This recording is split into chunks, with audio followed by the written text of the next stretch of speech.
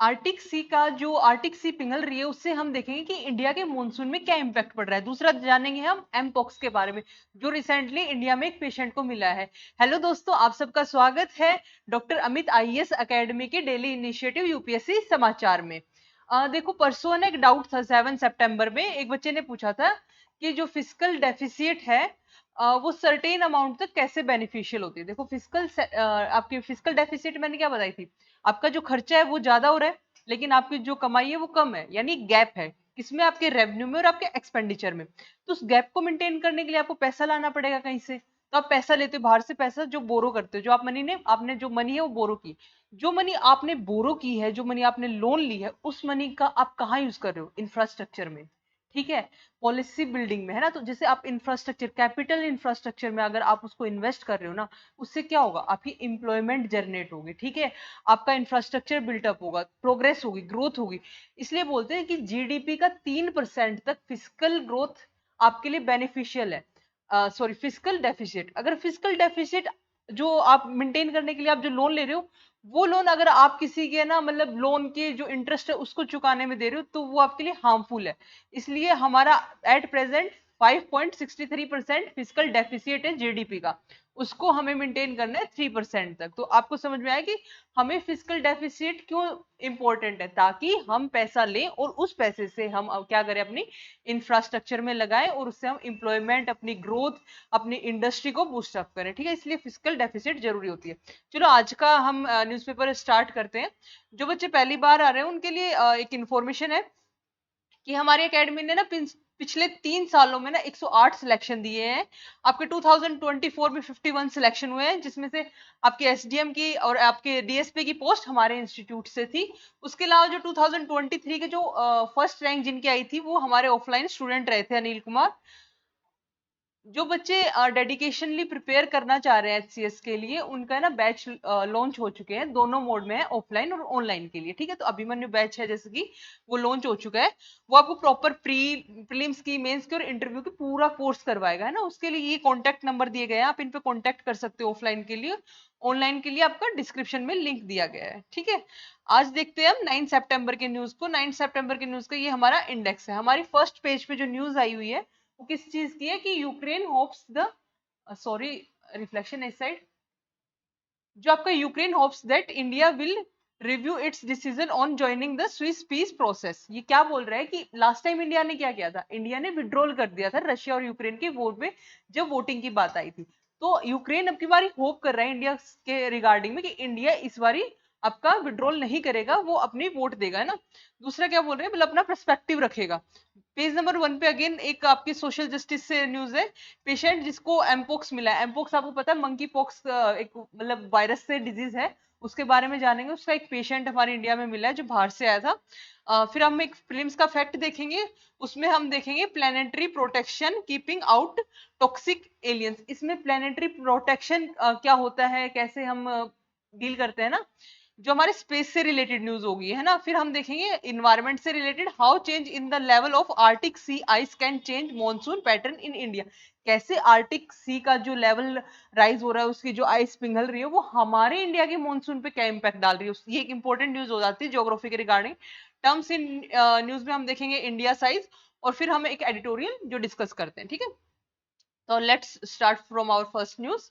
This is from international relationship. इसमें क्या बोल रहा है कि इंडिया को ना, India encourage by Ukraine to join the Swiss peace process on the Russia Ukraine conflict. देखो, इसमें क्या बोल रहा है कि इंडिया को ना एनकरेज किया गया है, कि इंडिया को बोला गया है कि आपको यूक्रेन और रशिया के जो वॉर चल रहा है उसमें आपको की पार्टिसिपेशन करना होगा। ठीक है, इसमें क्या है कि स्विट्जरलैंड ने ना एक प्रोसेस स्टार्ट की थी। स्विट्जरलैंड ने सबको बोला कि पीस क्लोज हम बनाते हैं, क्योंकि 2 साल हो गए उस चीज को, है ना। तो उन्होंने पहले एक पीस क्लोज बनाया था जिसमें इंडिया ने वोट नहीं दिया था अपना। अब नवंबर में, अक्टूबर नवंबर में वो दोबारा बैठने की बात कर रहे हैं। तो उसके रिगार्डिंग में ही है ये न्यूज। देखो, डिप्लोमेटिक एफर्ट्स है resolving the Russia Ukraine conflicts. जो रशिया यूक्रेन के आपके कॉन्फ्लिक्ट्स है उसको रिजोल्व करने के लिए स्विट्जरलैंड ने इसको पहली बार वो किया था। फर्स्ट समिट स्विट्जरलैंड ने की थी। ठीक है, उसको क्या था, मतलब मोटिव क्या था, इसको कॉन्फ्लिक्ट को रिजोल्व करना था। अगर आपकी टर्म आ जाती कि स्विस प्रोसेस क्या है ना, आपकी, सॉरी, स्विस, यहाँ पे है ये टर्म पीस, स्विस पीस अगर आपके आती है ना टर्म में, न्यूज प्रीलिम्स में टर्म्स आती है, तो इसका मतलब ये है कि स्विट्जरलैंड ने इसको इनिशिएट किया था। किस पर्पस क्या था इसका? रशिया और यूक्रेन का कॉन्फ्लिक्ट को खत्म करना था। उसके बाद हम देखेंगे अक्टूबर नवंबर में इन्होंने दोबारा बोला, इंक्लूडिंग ये चाह रहे हैं कि जो इंडिया वो एक ग्लोबल लीडर की तरह उसमें पार्टिसिपेट करे और अपना स्टैंड रखे। देखो इंडिया के लिए बहुत मुश्किल हो जाता है अपना स्टैंड रखना, क्योंकि देखो दोनों के साथ पार्टनरशिप है हमारा। हम नैम प्रोडक्ट नैम जो हमारा नॉन अलाइन मूवमेंट है जो हम उसको फॉलो करते हैं, उसमें क्या होता है कि हम ना तो मतलब प्रॉपर एक इस साइड जा रहे हैं ना इस साइड जा रहे हैं। ऐसे हमारे साथ देखो यूक्रेन और रशिया के साथ क्या है, दोनों के साथ हमारे रिलेशनशिप अच्छे हैं। अगर हम एक का स्टैंड लेंगे तो हमारे कहीं ना कहीं दूसरी साइड रिलेशन हैम्पर हो सकते हैं, इसलिए हमने पहले में विड्रॉल कर दिया था। अब देखो ये एक क्वेश्चन है, ठीक है, इसमें कह रहे हैं कि यूक्रेन और रशिया वॉर का जो इम्पैक्ट है वो ना सिर्फ उनके ऊपर ही पड़ रहा है, मतलब पूरे आप देखोगे वर्ल्ड लेवल पे पड़ रहा है। तो ग्लोबल पे हम देखेंगे क्या है ना, क्या क्या इम्पैक्ट है। ह्यूमैनिटेरियन क्राइसिस हो रहे हैं, लाइफ लॉस हो रही है, डिस्प्लेसमेंट हो रहे हैं। यूएनएचसीआर की रिपोर्ट के अनुसार 8 मिलियन जो 8 मिलियन पीपल्स है ना, उन्होंने यूक्रेन से बाहर डिस्प्लेसमेंट किया है एज ए रेफ्यूजी, और यहाँ पे 13 मिलियन उनके इनसाइड ही डिस्प्लेसमेंट हुआ। तो आप देख रहे हो कितना बड़ा ह्यूमैनिटेरियन क्राइसिस है। उसके बाद इकोनॉमिक इम्पैक्ट में देखो, इकोनॉमिक इम्पैक्ट में आपको अगर देखने को मिलेगा तो व्हीट ऑयल गैस सबसे ज्यादा यूक्रेन और रशिया के पास ही है, वही मतलब और मतलब जो ग्लोबल कंट्रीज है उनमें आपका एक्सपोर्ट करते हैं। तो इन पे भी सप्लाई चेन में भी इम्पैक्ट पड़ रहा है। जब सप्लाई चेन में इम्पैक्ट पड़ेगा तो क्या होगा, अगर आपके पास जो अमाउंट है वो कम हो जाएगी, आपकी जो सप्लाई चेन है वो डिस्टर्ब हो जाएगी, तो आपकी इन्फ्लेशन इंक्रीज होगी। तो हमें वर्ल्ड लेवल पे इन्फ्लेशन इंक्रीज देखने को मिलेगी, व्हीट ऑयल गैस की डेफिशिएंसी देखने को मिलेगी, और इनका प्राइस भी हाई देखेंगे। फिर देखो ये तो हमने देखा ह्यूमन रिलेटेड, इकोनॉमिक रिलेटेड। इसका इम्पैक्ट एनवायरमेंट और इकोलॉजी पे भी है, वहां के जो जीव जंतु है पेड़ पौधे उन पे भी इनका इम्पैक्ट पड़ रहा है। दूसरा हम देखें क्लाइमेट पे भी है, उनके रिसोर्सेज भी एक्सप्लोइट हो रहे हैं। तो ये सब क्या है आपके इन्वायरमेंट रिलेटेड है। लेकिन देखो इंडिया पे क्या है कि इंडिया का बैलेंस रिलेशन है दोनों के साथ, रशिया के साथ भी अच्छा रिलेशन है, यूक्रेन के साथ भी, तो उस पर भी इम्पैक्ट पड़ रहा है। इन्फ्लेशन हाई हो रही है इंडिया के अंदर, access to Russian crude oil में जो एक्सेस ले रहे हैं उसमें हमें दिक्कतें आ रही है, ठीक है। Growing interest Indo Pacific quad, ठीक है, ये सब क्या है इम्पैक्ट है इंडिया के ऊपर, किसके? यूक्रेन और आपके रशिया वॉर के, उनके जो कॉन्फ्लिक्ट है उनका, है ना। हमारी नेक्स्ट न्यूज हो जाती है सोशल जस्टिस हेल्थ से एंड साइंस एंड टेक्नोलॉजी से सॉरी। देखो a young male patient who recently returned to India from a country which active mpox transmission has been identified as a suspected mpox case। देखो mpox क्या है हमारे लिए important क्या हो जाता है, देखो ये इंडिया में एक केस सस्पेक्ट किया जा रहा है। देखो जूनोटिक डिजीज है, जूनोटिक डिजीज कौन सी होती है, जो आपकी किसमें से पीपल एंड एनिमल के बिटवीन स्प्रेड हो सकती है। दूसरा क्या बोल रहा है कि क्या इसमें जूनोटिक डिजीज में क्या क्या आ सकता है, आपके वायरस, बैक्टीरिया, पैरासाइट और फंगी आ सकती है, ठीक है। इसके बाद क्या बोल रहा है आपका, लाइफ थ्रेटन भी हो सकती है कभी कभी, रेबीज जो है जो डॉग से होती है वो लाइफ थ्रेटन जूनोटिक डिजीज है। एमपोक्स में क्या होता है, वायरल इन्फेक्शन होता है, एमपोक्स वायरस से होता है। उसके बाद सिम्टम क्या है इसमें, फीवर है, हेडेक है, मसल एक है, और पॉक्स लाइक रैशेज हो जाएंगे, ठीक है। हिस्टोरिकल कन्फाइड टू अफ्रीका, यानी कहाँ से आया, अफ्रीका से आया। देखो ये इसकी मेन मेन वो है, फेस टू फेस कॉन्टेक्ट से ये स्प्रेड होता है, हाई फीवर होता है, इंटेंस हेडेक होगा आपका, स्वेलन यहाँ की ये गर्दन का एरिया ये स्वेल हो जाएगा। उसके बाद मसल एक्ने होंगे, है ना, और आपको बहुत ज्यादा ठंड लगेगी, रैशेज हो जाएंगे ना। ये आपके सारे आपके सिम्टम्स है। कंसर्न क्या है, ये स्प्रेड होती है मोर, ये मतलब बहुत जल्दी स्प्रेड होती है। इसके बाद कोऑर्डिनेट इंटरनेशनल रिस्पॉन्स, देखो इसमें हमें कंसर्न करने की क्या जरूरत है, बहुत ज्यादा जल्दी स्प्रेड होती है और इसमें ना आपके लाइफ थ्रेटन का भी खतरा बनता है। तो इस डिजीज को कंट्रोल करने के लिए ग्लोबल लेवल पे, जैसे कोविड पे हमने क्या किया था ग्लोबल लेवल पे देखा था, वैसे ही हमें यहाँ पे भी ग्लोबल लेवल पे देखना पड़ेगा इस चीज को। अर्जेंट एक्शन की रिक्वायरमेंट है, डब्ल्यू ने बोला कि highlight the need for urgent action to prevent इसको प्रिवेंट करने के लिए, ठीक है। इसकी वैक्सीन है, हाँ तो इसकी वैक्सीन है, ऐसे क्वेश्चन आ जाते हैं ना कि इसकी वैक्सीन नहीं है तो इसकी दो वैक्सीन है। अभी देखो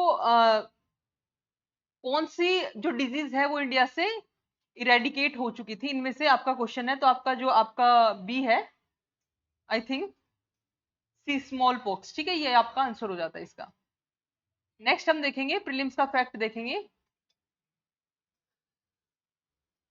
देखो प्रीलिम्स फैक्ट में ये क्या है, तनवेन 3 मार्स सैंपल रिटर्न मिशन 2028। देखो इसमें बेसिकली क्या है, इसका जो मेन मोटिव है वो मैं बता देती हूँ आपको।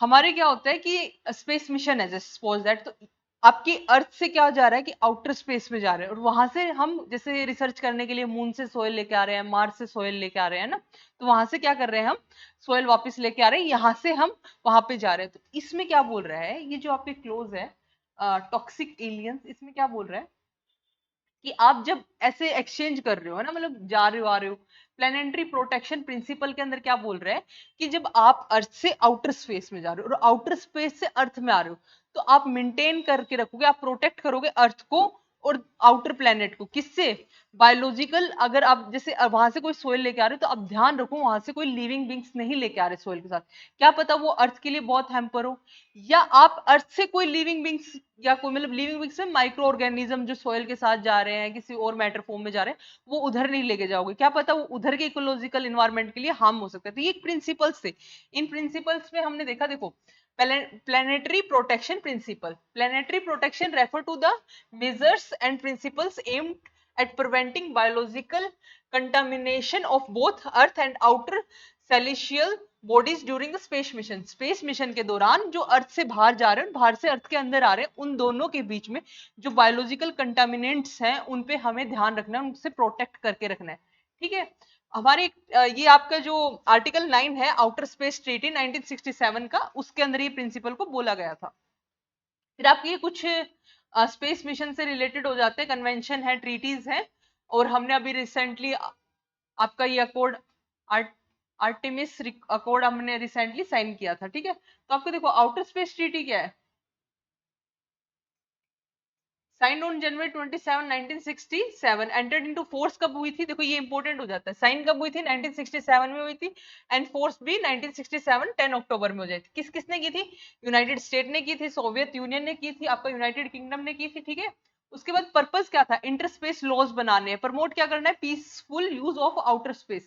यानी इसमें क्या बोल रहा है कि आपका जो आउटर स्पेस है उसके साथ पीसफुल क्लॉज बनाने, यानी स्पेस को आपको उसकी जो हाइजीन है, उसकी जो पीसफुल वो मेंटेन करके रखनी है, वहां पे कॉन्फ्लिक्ट्स नहीं कर रहे हैं, मतलब बेसिकली स्पेस से रिलेटेड लॉस से, है ना। उसके बाद ये आपका एक प्रीलिम्स से रिलेटेड क्वेश्चन होता है, इसका आप स्क्रीनशॉट लेके इसको आप अटेंड करने की कोशिश करो। देखो इसमें सिंपल सा है कि हम सेकंड कंट्री तो नहीं थे, है ना, तो इससे हमारा क्वेश्चन सॉल्व हो जाता है। उसके बाद हमारी लास्ट नेक्स्ट न्यूज है क्लाइमेट चेंज पे, जो क्लाइमेट चेंज हो रहा है। देखो आर्टिक सी आइस है ना, वो डिक्लाइन हो रही है, आपको पता है आर्टिक सी जो रशिया के ऊपर वाला रीजन है, हमारी अर्थ के ग्लोब के ऊपर वाला रीजन, उसकी जो सी है उसमें आइस है ना वो डिक्रीज हो रही है। उसके आइस का डिक्रीज होने से हमारे मॉनसून है उस पर क्या इम्पैक्ट पड़ रहा है, वो इस आर्टिकल में है। देखो रेनफॉल, ड्रॉट्स, फ्लड्स, ये सब है ना, मतलब ऐसे रैंडम आ रहे हैं, कोई इनका प्रिडिक्शन नहीं है ना।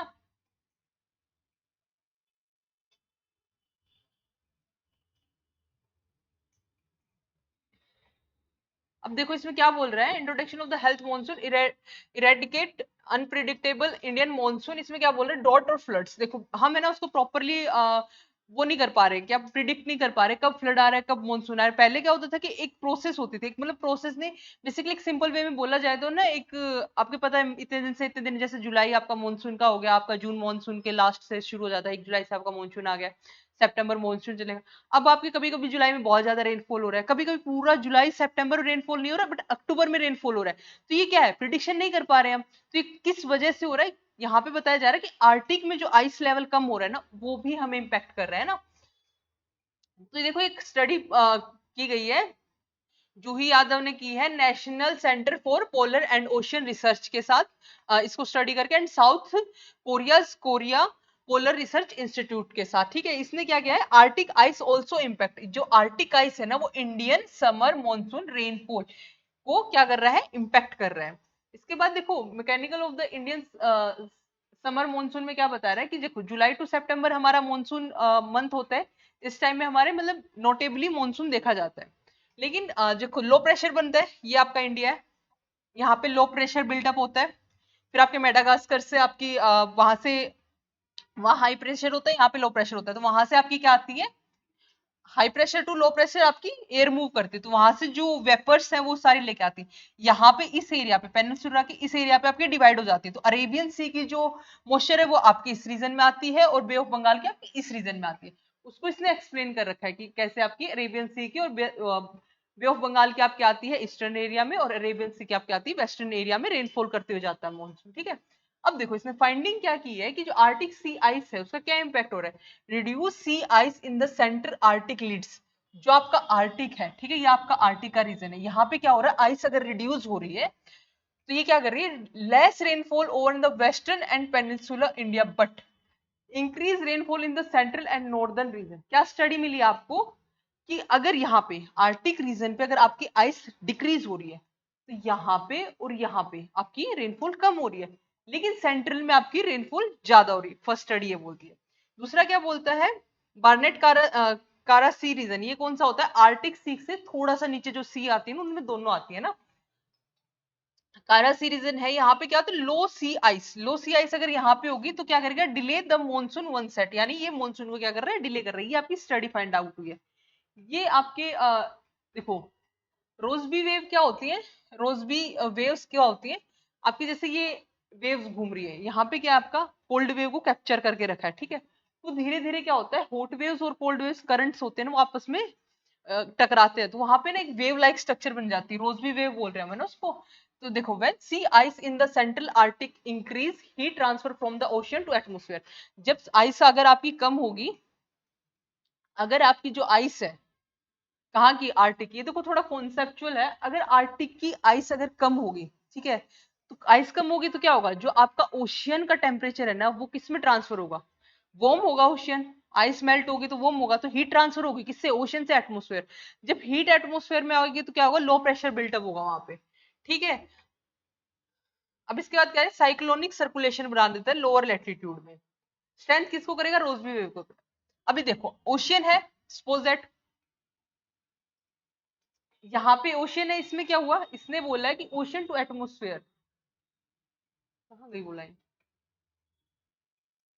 हाँ यही है, ओशन टू एटमोस्फेयर। आपका क्या हुआ, अगर आर्टिक सी की अगर जो आइस है वो पिघलती है तो आपका ओशियन टू एटमोस्फेयर क्या होगा, आपका टेम्परेचर इंक्रीज होगा, इंक्रीज हीट ट्रांसफर होगी ओशन टू एटमोस्फेयर, उसके इंक्रीज होने से आपका साइक्लोनिक सर्कुलेशन बनेगा। मैंने बोला ना लो प्रेशर बनेगा अगर वहां पे हीट हो गई तो।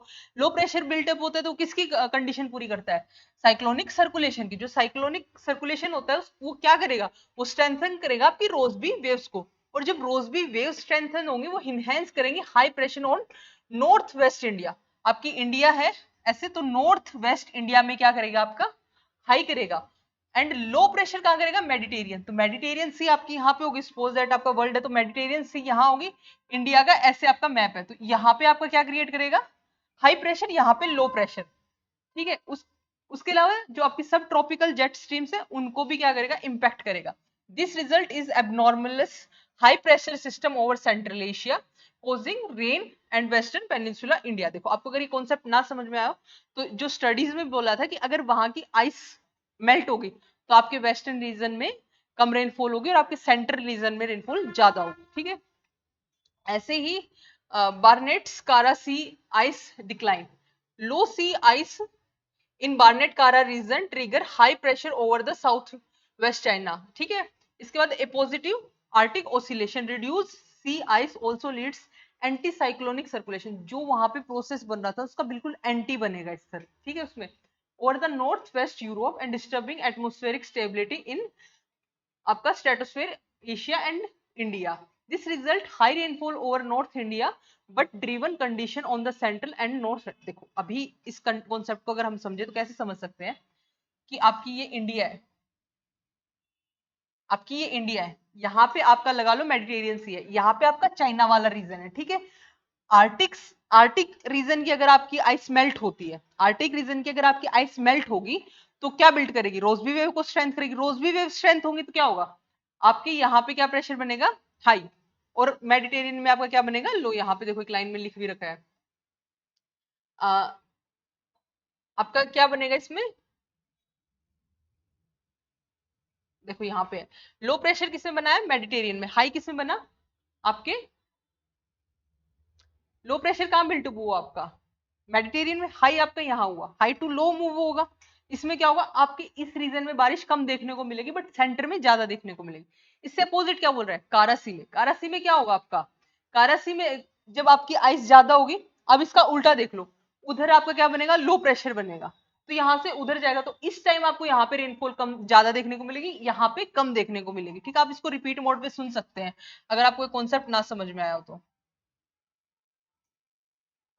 देखो रोल ऑफ क्लाइमेट चेंज में क्या बोल रहा है, रिडक्शन ऑफ आर्टिक सी अगर कम हो रही है तो उससे हमारे क्या हो रहा है, बहुत सारी ड्रॉट आ रही है, ठीक है, आपके रेनफॉल फ्लडिंग ये सब कुछ हमें देखने को मिल रहा है। ठीक है, रिलेशनशिप बिटवीन आर्टिक सी और इंडियन मानसून की रिलेशनशिप को बताया हुआ, कंक्लूजन ये है। ठीक है, ये आपका एक क्वेश्चन बनता है, इसका आप स्क्रीनशॉट लेके अटेम्प्ट कर सकते हो, 2017 में आया था ये। इसके बाद आपकी देखो ये टर्म इन न्यूज है, India size. India size initiate क्या क्या है, देखो जैसे आपके यूके है, आपका अमेरिका है, वहां पे क्या है, वहां पे आपके साइज है, जैसे स्मॉल हो गया, मीडियम हो गया, लार्ज हो गया, एक्स्ट्रा लार्ज हो गया, तो उनके बॉडी फिट साइज होते हैं। ठीक है, ऐसे आपने देखा होगा कि 1 2 3 4 7 साइज हो गया, जैसे शूज पेयर का हो गया। इंडिया का कोई स्टैंडर्ड साइज नहीं है, वो दूसरों का साइज फॉलो करता है। तो अब क्या बात हो रही है कि इंडिया का अपना एक स्टैंडर्ड साइज होता है, स्टैंडाइजेशन, स्टैंडर्डाइज मेजरमेंट्स की बात कर रहे हैं, जैसे मैंने बताया ना स्मॉल मीडियम है आपका, है ना, तो इंडिया का खुद का एक साइज होना चाहिए, उसकी बात कर रही है। फिर नेक्स्ट आपकी न्यूज हो जाती है, ये हमारा एडिटोरियल एनालिसिस है, हेल्थ के ऊपर आया हुआ है। हेल्थ के ऊपर इसने देखो ये क्वेश्चन है, पहले आप एक क्वेश्चन एक बार देख लें, पब्लिक हेल्थ के बारे में, आयुष्मान भारत स्कीम के ऊपर है। देखो इस आर्टिकल में क्या बात कर रहा है, मैं वो आपको कुछ ब्रीफ में बता देती हूँ। पहले देखो, हमने कुछ दिन पहले एक बार आर्टिकल किया था, उसमें हमने क्या देखा था, हेल्थ में हमें क्या रिक्वायरमेंट है, हमें इंफ्रास्ट्रक्चर बिल्टअप करने की इन्वायरमेंट रिक्वायरमेंट है। उसके अलावा हमें क्या, जो आपके डॉक्टर्स हैं उनकी क्या है, आपकी जो वैकेंसी है उनको फुल करने की रिक्वायरमेंट है, उनको प्रॉपर एजुकेशन देने की, जो आपके डॉक्टर टीचर होते हैं ना उनकी रिक्वायरमेंट है। हमें बेसिकली क्या, जो आपकी इंफ्रास्ट्रक्चर साइड है, चाहे वो एजुकेशन टीचिंग की हो आपके डॉक्टरी में, या आपके जो आपके नर्स स्टाफ हो गया है ना, जो आपके डॉक्टर स्टाफ हो गया, जो आपके हॉस्पिटल्स हो गए, जो आपकी मशीन होगी, है ना, जो टेक्निकल जितनी भी चीजें होंगी, तो हमें उनकी रिक्वायरमेंट। आयुष्मान स्कीम क्या बोलती है कि वो आपको 5 लाख तक का मनी प्रोवाइड करेंगे। किस चीज के लिए करेंगे आपकी मनी प्रोवाइड, कि आप किसी भी प्राइवेट हॉस्पिटल में जाके अपना इलाज करवा सके। क्या आपने इसमें नोटिस किया, इससे किसको फायदा हो रहा है, प्राइवेट हॉस्पिटल्स को, लेकिन गवर्नमेंट हॉस्पिटल्स की जो इंफ्रास्ट्रक्चर है वो तो अब भी वैसी है। जैसे कोविड आया है, सपोज दैट कल को ऐसे कोई और चीज आती है, तो ऐसा कोई और पेंडेमिक आता है, तो उसको हम कैसे टैकल करेंगे। उसको टैकल करने के लिए गवर्नमेंट संस्थाओं में भी हमारी अच्छी इंफ्रा होनी चाहिए। प्राइवेट अभी फायदा ले रहा है आयुष्मान का, बट हमारे इंफ्रास्ट्रक्चर नहीं है अच्छी, है ना, तो हमारे इंफ्रास्ट्रक्चर को हमें अच्छा बनाना है, ये हमारा फोकस होना चाहिए, ना कि स्कीम एरिया। जो रिसेंटली हमारे बजट आ रहे हैं उनका फुल फोकस किस पे रहता है, स्कीम पे, कि स्कीम में कैसे हम पैसे दें। ठीक है, तो यही बोल रहा है कि और ये जो आर्टिकल है बेसिकली क्रिटिसाइज कर रहा है किसको, आपकी public funded health insurance scheme like Ayushman Bharat को। ठीक है, इसके बाद फेल टू एडिक्वेट एड्रेस, ये जो स्कीम है स्कीम बता रहा है कि फेल हो गई है जो वनरेबल पॉपुलेशन है उसको एड्रेस करने में। आपके आयुष्मान क्या है, हॉस्पिटलाइजेशन आता है, बट जो प्री केयर है वो तो आयुष्मान में नहीं आती है। अगर आप हॉस्पिटलाइज हो रहे हो तो आप आयुष्मान कार्ड का फायदा उठा सकते हैं, लेकिन आपके डे टू डे अगर आपकी कोई डॉक्टर से अपॉइंटमेंट होती है वो आयुष्मान के अंडर नहीं आती है। तो उससे डील करने के लिए तो हमें गवर्नमेंट हॉस्पिटल्स की रिक्वायरमेंट है ना। देखो इसमें क्या बोल रहे हैं, हमें सोशल स्टेटा, जैसे प्रधानमंत्री जन आरोग्य योजना जो इंट्रोड्यूस करवाई वो पर्टिकुलर किस चीज के लिए थी, वो आपकी स्कीम के अंडर पैसे प्रोवाइड करने के लिए थी। हमें देखो, आप देखोगे कि इसमें एक टर्म दे रखी है, disease of poverty. Disease of poverty का मतलब वो डिजीज जो आपको गरीब लोगों में ज्यादा देखने को मिलेगी। क्यों देखने को मिलेगी, क्योंकि आपके पानी की समस्या है, आपके अच्छी सैनिटाइजेशन की समस्या है, मतलब अच्छा सैनिटाइजेशन नहीं मिल रहा है, आपको क्लीन वाटर नहीं मिल रहा है, आपको क्लीन एनवायरनमेंट नहीं मिल रहा है, तो इनसे क्या होगा, आपको मलेरिया होगा, डेंगू होगा, ठीक है, और डायरिया होगा। आप ऐसी डिजीज को ना कभी अमीरों में नहीं सुनोगे कि किसी अमीर के लड़के को डायरिया होगा गंदा पानी पीने की वजह से। ये किस में होता है, गरीब लोगों में होता है। अगर गरीब लोगों में डिजीज होगी तो उनके लिए क्या इंफ्रास्ट्रक्चर होनी चाहिए, वो इंफ्रास्ट्रक्चर है नहीं। वहां पे क्या कर रहे हैं, आयुष्मान भारत की स्कीम प्रोवाइड कर रहे हैं। जब आप किसी भी प्राइवेट में जाओगे पहले पैसे आपसे मांगना चाहेंगे, चलो आपका आयुष्मान में इलाज हो रहा है तो हॉस्पिटलाइज एरिया में होगा आपका, उसमें नहीं होगा कि जैसे आप हॉस्पिटलाइज हो रहे हो तो आपका इलाज होगा। प्री केयर का क्या है ना, तो हमारा फोकस इंफ्रास्ट्रक्चर होना चाहिए rather than scheme based budget, है ना। तो इसको बोल रहे हैं मिडिल क्लास की क्या होती है, पोल्यूशन रिलेटेड है, ठीक है, लैक ऑफ प्रॉपर इंफ्रास्ट्रक्चर है, आपकी क्रिएटिव केयर पे क्या बोल रहा है कि आपके ना जो प्राइमरी हेल्थ सेंटर है उनको मतलब पुअरली है, ठीक है, सेकेंडरी हेल्थ केयर है वो आपके इसमें ऐड कर दे रहे हैं। ये आपकी स्कीम्स कुछ लॉन्च हुई थी, नेशनल रूरल हेल्थ मिशन हो गया, नेशनल हेल्थ मिशन हो गई, ये आपकी स्कीम्स इंट्रोड्यूस हुई थी। अभी देखो इसमें क्या बोल रहा है, policy funded by health insurance scheme हो गया, हॉस्पिटलाइजेशन एक्सपेंशन ये बता रहा है, जो मैंने आपको बताया वही बता रहा है कि क्या कर रहा है, हॉस्पिटलाइजेशन का एक्सपेंस तो इसमें इंक्लूड हो रहा है बट अदर नहीं हो रहा है, ठीक है, not covered by the scheme, ठीक है। अभी देखो इसमें आर्टिकल में क्या है, हमें रिक्वायरमेंट क्या है, वे फॉरवर्ड में हम क्या लिखेंगे, हमारी क्लीन इन्वायरमेंट प्रोवाइड करो, क्लीन वाटर की प्रॉब्लम को सोल्व करो 2050 तक, तो ये चीजें बहुत खस्ता हालत में चली जाएंगी। हमें एक अच्छा इन्वायरमेंट, अच्छा पीने का पानी, अच्छी सैनिटेशन, प्रॉपर हमें एक एनवायरमेंट प्रोवाइड करो। अगर हम पुअर्स को एनवायरमेंट प्रोवाइड करेंगे तो हमारी जो इंफ्रास्ट्रक्चर है हॉस्पिटल के उस पर प्रेशर कम आएगा, उस पर प्रेशर कम आएगा, तब हम वहां अच्छे से इन्वेस्ट करते हैं, रादर देन हम स्कीम से लेके प्राइवेट सेक्टर में फायदा पहुंचा रहे हैं। ये प्रॉपर पूरा आर्टिकल का मेन मोटो है। ये कंक्लूजन में यही बता रहा है कि प्राइमरी हेल्थ होनी चाहिए, ठीक है आपकी। इसके बाद आपके ये 5 क्वेश्चन है, आप इनका स्क्रीनशॉट ले लो। आज का हमारा आज का जो हमारा 9 सितंबर का हिंदू एनालिसिस का पेपर वो यही कंप्लीट होता है। देखो आपका जो आर्टिक सी वाला है उसको आप एक बार दोबारा रीड आउट करो, वो पूरा प्रोसेस आप दोबारा समझोगे तो आपको समझ में आएगा, ठीक है। आप इन क्वेश्चन का आंसर कमेंट में दे। Thank you.